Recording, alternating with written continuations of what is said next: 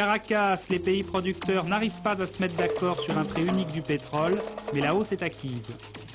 L'étalement des vacances scolaires entre le 15 juin et le 15 octobre, réaction hostile des enseignants.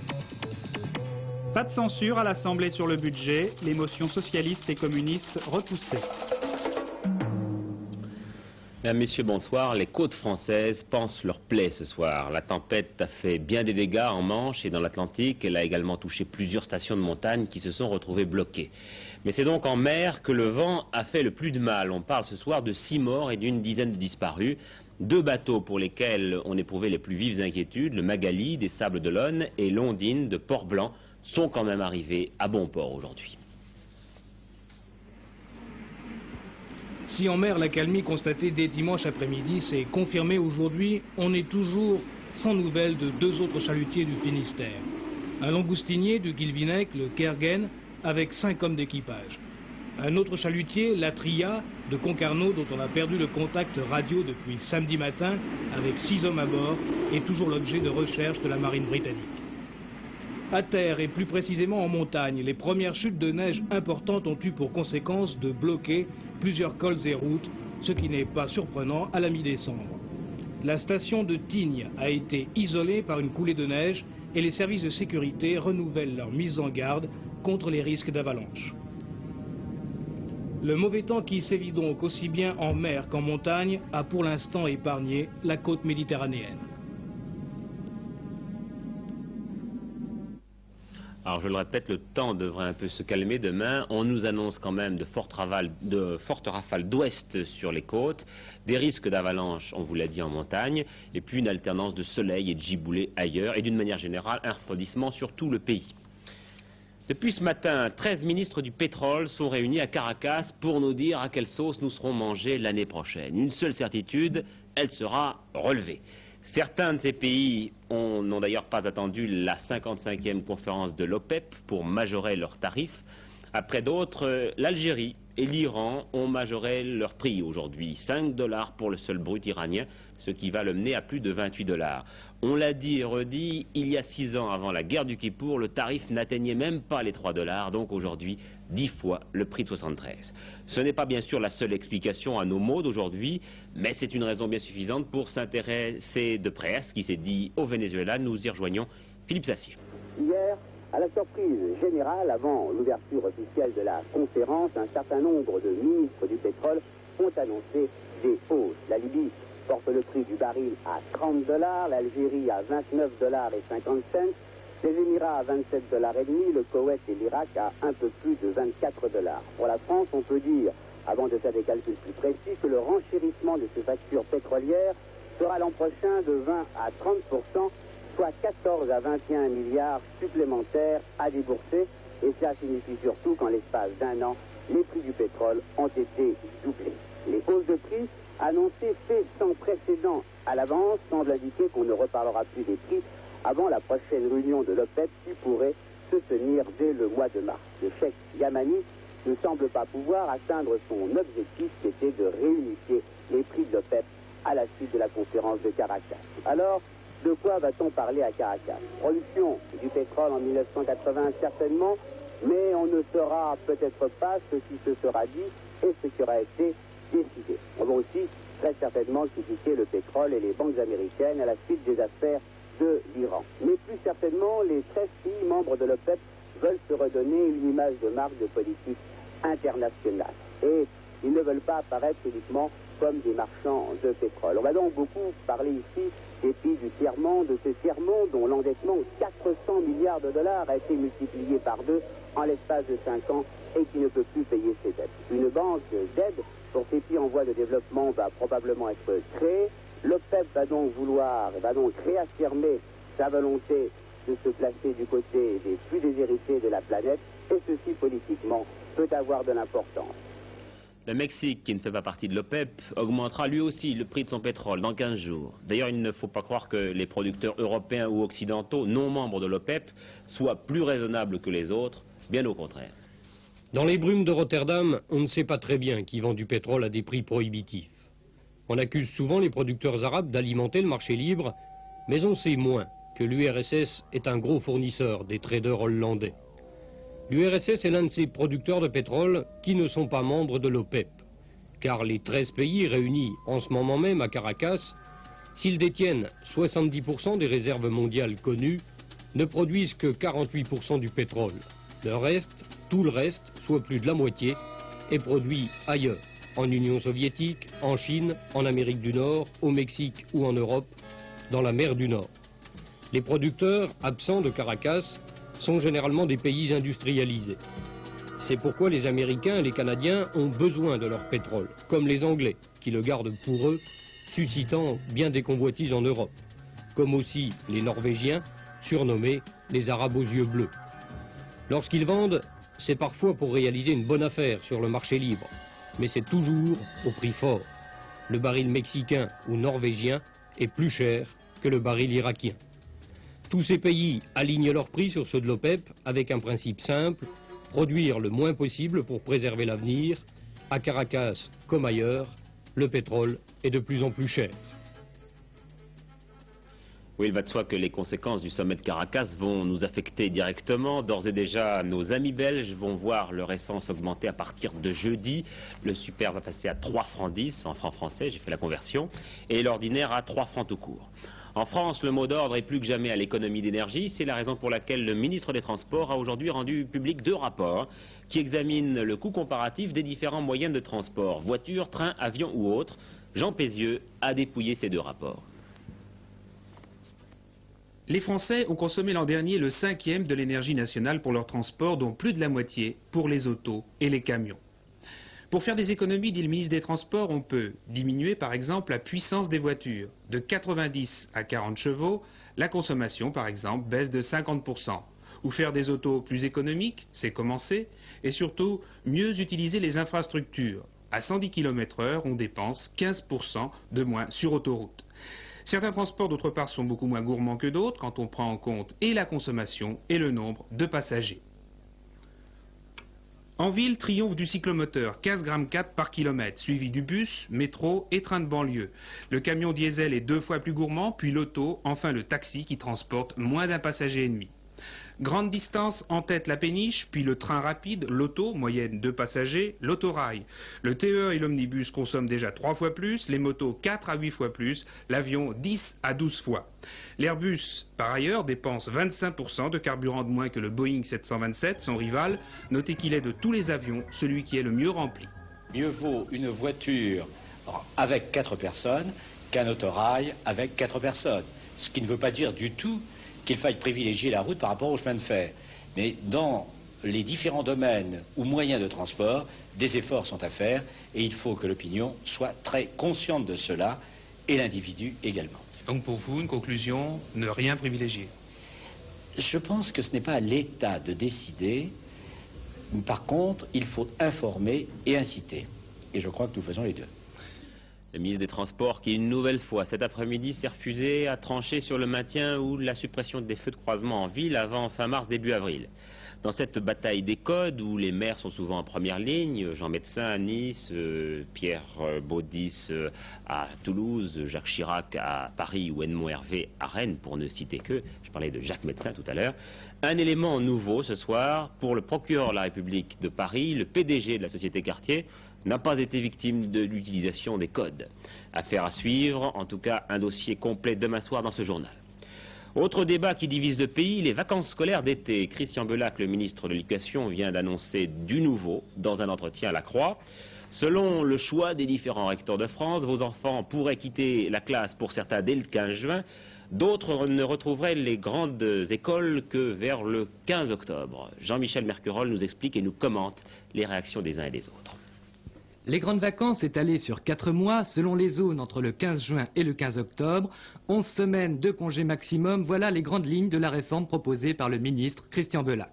En outre, les recteurs décideront eux-mêmes dans leur académie des dates de ces vacances. La divulgation de ce programme le jour même où ministères, parents et enseignants se concertaient à ce sujet a beaucoup choqué, spécialement la Fédération des parents Cornec et aussi la FEN qui s'élèvent contre cette réforme. On nous propose 4 mois d'écart du 15 juin au 15 octobre. C'est inacceptable, c'est un bouleversement qui ne tient nullement compte de l'intérêt des enfants et des familles.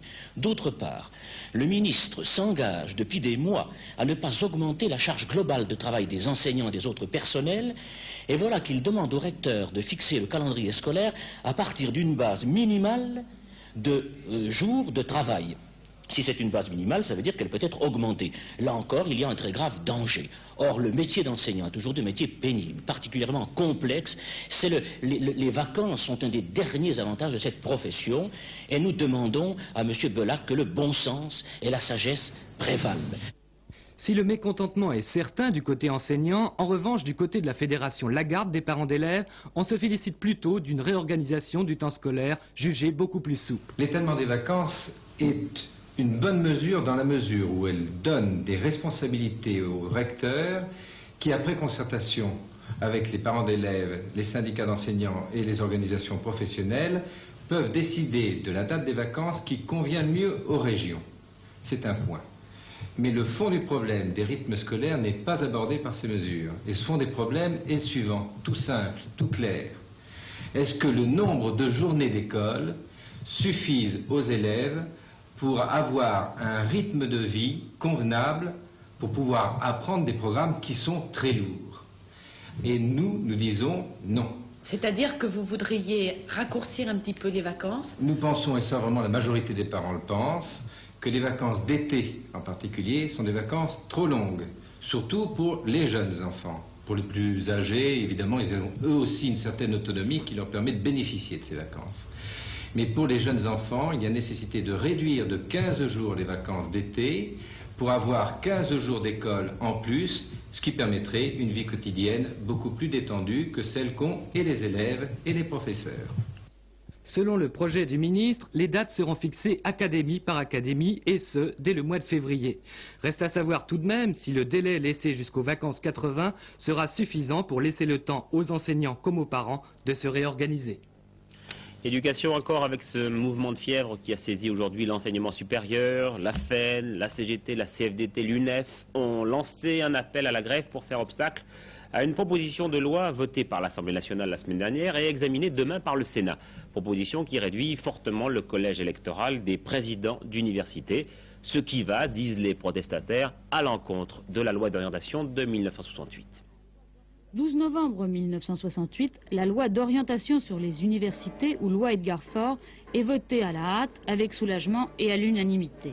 L'accord était total sur les défauts du système antérieur, cause des révoltes de mai, c'est-à-dire l'inertie de structures figées depuis Napoléon et soumises à un centralisme étouffant. La loi se veut une porte ouverte à toutes les expériences, à la recherche et au dynamisme. Doyens et facultés d'antan sont morts. À la place des universités divisées en unités d'enseignement et de recherche, les UER. 3 piliers soutiennent la réforme. Premier pilier, la pluridisciplinarité. Littéraires et scientifiques ne devraient plus être cloisonnés. Deuxième pilier, l'autonomie. Financière d'abord. Chaque université vote et dispose de son budget. Autonomie pédagogique ensuite. L'université est maître de ses structures et de ses programmes. L'autonomie est renforcée par le troisième pilier, la participation ou cogestion. Chaque UER est géré par un conseil composé équitablement de professeurs titulaires, d'assistants, d'étudiants, de personnel non enseignant, tous élus, et de personnalités extérieures. Même principe au niveau supérieur pour le conseil d'université, mini-parlement, et dont le président, professeur titulaire, est élu pour 5 ans maximum et par ces mêmes catégories de personnel. Et c'est ce que l'amendement remet en cause. Les directeurs du UER et les présidents d'université seront professeurs de rang magistral élus par leurs pairs. 1/4 seulement des conseils. Justification officielle, avoir des présidents d'une haute compétence. Mais vives sont les réactions. On parle de retour au mandarinat, d'enterrement de la loi de 68. Le gouvernement s'est donné des moyens pour beaucoup mieux contrôler l'élection des professeurs et de maîtres de conférences, les nominations. Et maintenant, ces gens beaucoup plus filtrés par les instances ministérielles seront seuls à élire le président. Et ensuite, les présidents auront des pouvoirs accentués, d'où une régression très sérieuse de la démocratie la plus élémentaire dans l'université. Quant aux étudiants, ce sont les plus touchés, même s'ils font toujours partie des conseils. Mais leur participation aux élections est peu élevée, 13% l'an dernier à Paris. L'UNEF Renouveau, proche du PC, représente 60% des délégués étudiants et se sent directement visés. C'est la plus grave mesure prise contre la démocratie à l'université. Elle vise à retirer aux étudiants, au personnel et à la majorité des enseignants tout pouvoir dans la désignation des présidents d'université et directeurs d'UR qui ont pour charge de diriger leur université. Je crois que toute forme de démocratie gêne Madame le ministre, puisque je pense que ce sont les résultats de ces élections universitaires qui sont en train de se dérouler et qui prouvent un nouveau succès des listes syndicales, notamment des listes de l'UNEF chez les étudiants, qui font peur à Madame le ministre. Oui, mais justement, elle parle de politisation excessive. Non, nous pensons qu'il est normal que les étudiants se dotent de délégués qui fassent entendre leurs revendications, leurs problèmes et les défendent dans les conseils. Madame Saulnier-Ceyité, ministre des Universités, dénonce avec vigueur la politisation. 18 présidents sur 75 seraient communistes. Elle ne cache guère son hostilité à la loi de 68 et estime que les présidents sont élus par des coalitions politiques éphémères. Cela dit, si cet amendement est définitivement voté, des conflits risquent fort de surgir dans le fonctionnement des conseils entre le président et une majorité qui ne l'aura pas élu. Alice Saulnier-Ceyité, qui n'a pas souhaité se prononcer chez nous avant son intervention demain au Sénat. Le Sénat, qui, je vous le rappelle, a refusé de voter la reconduction de la loi sur l'interruption volontaire de grossesse. Ce fut une surprise pour le ministre responsable, Monique Pelletier. Malgré cela, l'Assemblée nationale, qui se saisira à nouveau du projet après-demain, devrait, comme la première fois, le voter définitivement. Pour l'instant, les députés en étaient aujourd'hui à un nouveau débat de censure qui s'est terminé, comme le précédent, par le rejet des motions socialistes et communistes. 2 députés RPR ont voté cette censure. Robert Fabre s'est abstenu. Compte rendu de débat, Daniel Brem. Eh bien, la censure n'est plus ce qu'elle était. 35 minutes de séance, 4 orateurs, 60 députés pour l'opposition, une mini-représentation pour la majorité, un député, M. Hamel, UDF à l'ouverture, 7 pour le discours de M. Barre, dont le secrétaire général du RPR, M. Ponce. Avec un humour dont il ne s'est pas départi durant les 5 minutes de son exposé, M. Barre a trouvé dans ses absences le réconfort de la fidélité de la majorité. En 4 minutes, M. Fabius, socialiste, avec hauteur, et en 10 minutes, M. Audru, communiste, avec rudesse, ont une nouvelle fois accusé le pouvoir de vouloir se passer du Parlement et surtout de camoufler qu'il n'a pas de majorité. Brandissant la Constitution comme Moïse l'étable de la loi, M. Barre a fait remarquer aux socialistes qu'il serait bien heureux de posséder un article 49 s'il venait un jour au pouvoir. Il a ensuite constaté tranquillement, l'opposition existe puisqu'elle dépose la censure, ce qui est normal, mais comme celle-ci n'est pas votée, la preuve est faite qu'il y a une majorité. Démonstration lapidaire qui a suscité, vous vous en doutez, sourires et mouvements divers. Pas grand monde dans les travées, nous venons de le voir. Dans les couloirs, comment ça se passait? Quelle est l'atmosphère? Eh bien, les socialistes vont demander au Conseil constitutionnel de se prononcer sur la régularité du budget. Espérons que nous n'aurons pas à recommencer. Et quant au RPR, à regarder avec intérêt la réunion de groupe qui doit se tenir demain. Plusieurs députés, devant les orientations qu'ils jugent guerrières de leur groupe, ont demandé premièrement à s'expliquer et deuxièmement à entendre M. Chirac. Affaire à suivre. Et à en croire certains députés du RPR, le doute pourrait gagner plusieurs parlementaires. Certains d'entre eux, nous disait Antoine Ruffnac dans Antenne de Midi, certains d'entre eux, en désaccord avec la ligne politique de leur mouvement, pourraient prendre prochainement l'initiative ou une initiative pour mieux faire entendre leur voix. Enfin, il faut savoir que les responsables du Parlement seront reçus par le chef de l'État à partir du 15 janvier. Les responsables, c'est-à-dire le président de l'Assemblée et celui du Sénat, ainsi que les présidents des commissions. Et puisque nous parlons de l'Élysée, sachez que Valéry Giscard d'Estaing a répondu à la lettre de Léonid Brejnev il y a 2 mois sur les propositions soviétiques de retrait des forces de l'Allemagne de l'Est, mais on ne connaît pas la teneur de la lettre. Air France a finalement choisi des moteurs franco-américains pour ses Airbus A310. Il a fallu près de 6 mois à la compagnie aérienne pour préférer ceux de la General Electric aux autres moteurs américains tout court, Pratt et Whitney. Iran, situation inchangée pour les otages après le départ du Shah d'Iran pour Panama, après les déclarations de Sadegh Ghozadeh affirmant que certains Américains détenus ne seraient plus jugés. On attend toujours la réaction de l'ayatollah Khomeini. Pour Chapour Bakhtiar, dernier chef du gouvernement du souverain déchu, l'imam a d'autres problèmes à résoudre, notamment la crise économique, a dit Chapour Bakhtiar sur Europe 1, ce qui pousse l'ayatollah à garder les otages qui détournent l'attention de l'opinion publique. À cet égard, on vient d'apprendre que les élections présidentielles en Iran auront lieu le 25 janvier. À Washington, maintenant, Jimmy Carter a demandé que la journée de demain soit une journée de solidarité avec les otages. Pour cette journée des otages qui aura lieu sur tout le territoire des États-Unis, Jimmy Carter a demandé aux Américains de pavoiser pour marquer leur solidarité avec les détenus de Téhéran. Une campagne d'envoi aux otages de cartes de Noël a d'autre part été organisée par des chaînes de radio et de télévision. Plus de 3000 de ces cartes, recueillies par l'intermédiaire d'une radio de Californie, sont parvenues en Iran, où les étudiants qui gardent l'ambassade ont reçu les sacs de courrier, mais à travers les grilles. Venant de Chicago, 100 000 autres cartes vont suivre. Tout cela indépendamment des lettres adressées directement et personnellement à chaque otage. Commentaires de l'envoyé de la presse iranienne à Washington ont conduit le peuple américain à afficher des sentiments anti-révolutionnaires. Ne manquez pas, après le journal, notre magazine Question de temps, animé par Jean-Pierre Elkabbach. Question de temps sera ce soir consacrée à l'Iran. Au cours de cette émission, vous pourrez voir des documents exceptionnels réalisés par Bernard Benjamin, Édouard Laure, Bernard Puceau et Alain Saint. Les escarmouches de vendredi entre l'Iran et l'Irak nous ont alertés, et quand on regarde une map monde, on s'aperçoit très vite qu'un autre pays, la Turquie, à musulman à près de 98%, a une très grande frontière avec l'Iran. Il est encore trop tôt pour parler de contagion, mais la Turquie bouge. Depuis 2 ans, il y a eu 2500 crimes politiques.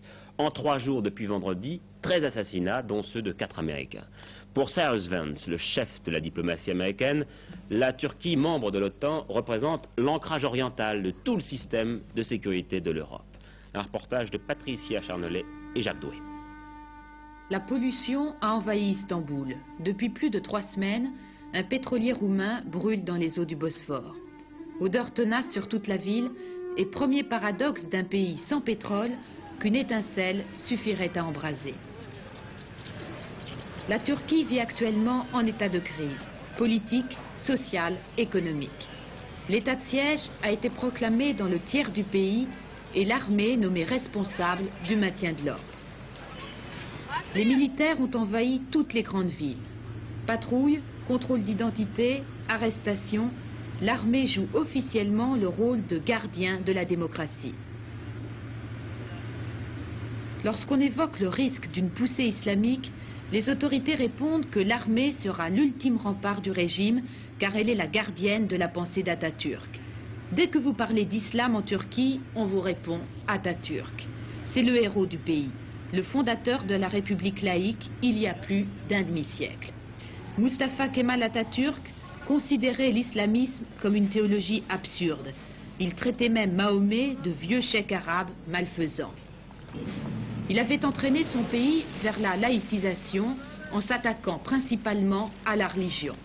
Les signes extérieurs des croyants furent supprimés. Plus de voiles pour les femmes, plus de fesses pour les hommes, obligés de se contenter de la casquette. Le clergé musulman a été fonctionnalisé et les imams nommés et payés par l'État. Ce système, toujours en vigueur aujourd'hui, rencontre de plus en plus d'opposants. Le pouvoir de l'État est contraire aux principes de notre religion. Pour moi, la seule constitution, c'est le Coran. Je souhaite une importance accrue de la religion. Personnellement, je soutiens la révolte de Roménie contre l'Occident.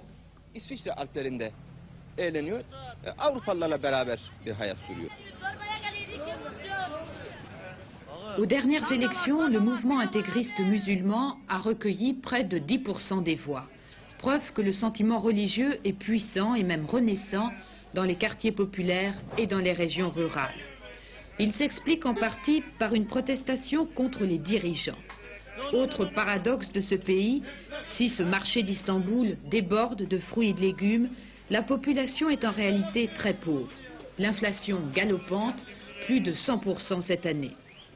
Le modèle occidental et la dépendance à l'égard des États-Unis sont de plus en plus critiqués. Le mécontentement se transforme aujourd'hui en violence. Les organisations clandestines, partisanes d'un communisme armé ou d'un retour à l'ordre islamique, se livrent à une véritable guérilla. Les attentats et les assassinats sont quotidiens. Certains quartiers d'Istanbul sont en état de siège, comme cette rue, occupée d'un côté par l'extrême droite et de l'autre par l'extrême gauche. Il faut préparer le peuple à un changement. Je suis partisan d'une révolution islamique, mais je désapprouve la prise d'otages en Iran. Il nous faut une organisation plus forte et des armes.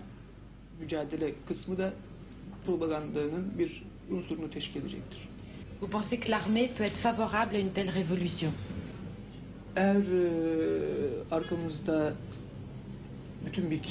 Si le peuple est avec nous, on triomphera, avec ou sans l'armée.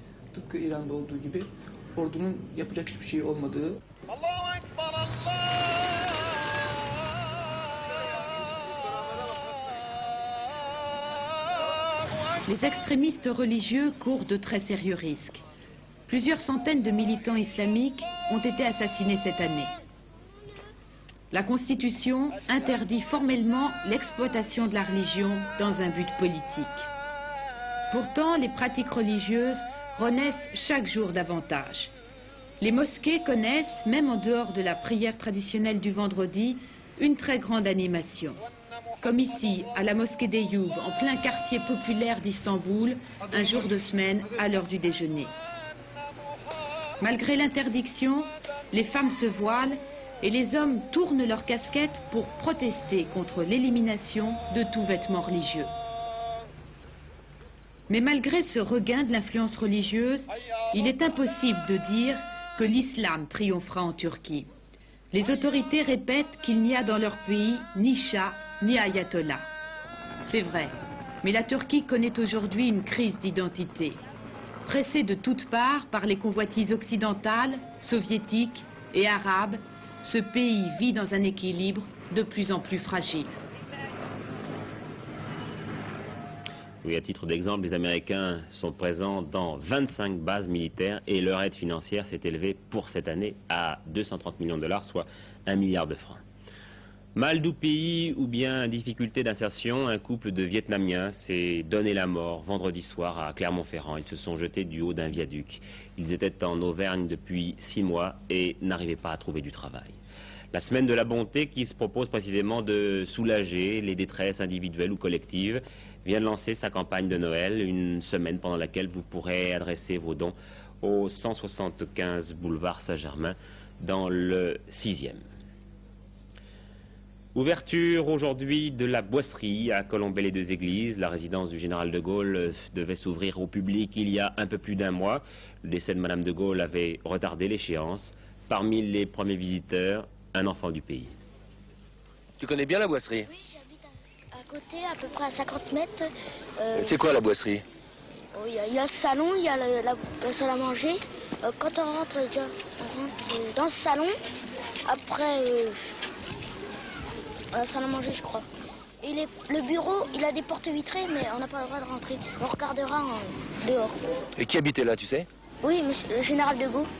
Et il avait un fauteuil qui s'asseyait pour regarder la télé. Et c'est tout. Je sais que ça. Vous pouvez rentrer, madame.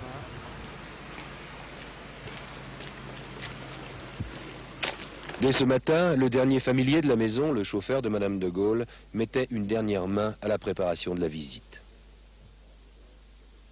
Rien n'a changé à l'intérieur, tel que le public la verra, telle elle était auparavant. Tous les objets sont restés à leur place? Tous les objets sont restés à leur place, oui. Rien n'a bougé dans la maison depuis le 9 novembre 1970. C'est là, dans ce bureau, que parfois tard le soir, le général travaillait à remplir des pages d'une écriture arrondie, en puisant dans sa mémoire pour demeurer dans la nôtre. C'est ici, dans cette maison, qu'il était de Gaulle, ce maître de maison que ses rares invités qualifiaient aux surprises d'homme affable, agréable et attentif. Ici, c'était chez eux, le seul endroit où Yvonne de Gaulle ne se sentait pas de passage dans ce rude coin de la France dont le général, on le sait, avait une certaine idée. pluie de récompenses pour les artistes français aujourd'hui ont reçu les grands prix nationaux des arts et des lettres pour le cinéma Jacques Tati, pour le théâtre Roland Dubillard, pour les arts graphiques le dessinateur Sampé, pour les lettres Marcel Brion et pour la chanson Charles Trenet. On nous a promis pour l'année prochaine la création d'un prix pour la télévision. Quant à Raymond Aron, il s'est vu attribuer aujourd'hui le prix Tocqueville. Avant de refermer ce journal, voici la météo. Il a fait un temps nuageux et pluvieux sur tout le pays. Il a neigé entre 1800 et 2000 mètres. Pour demain, eh bien, je vous l'ai dit, on nous annonce un refroidissement un peu partout. Un temps changeant avec par moments du soleil ou des nuages. Il neigera sur les hauteurs. Des giboulées seront accompagnées de forts vents d'ouest. Attention, nous le répétons, risque d'avalanche sur les Alpes. Votre dernier journal vous sera présenté aux alentours de 23h30 par Hervé Claude. Demain, c'est Patrick Lecoq qui vous présentera Antenne de midi à 12h45. Nous refermons ce journal. Passez une excellente fin de soirée. Bonsoir, à demain.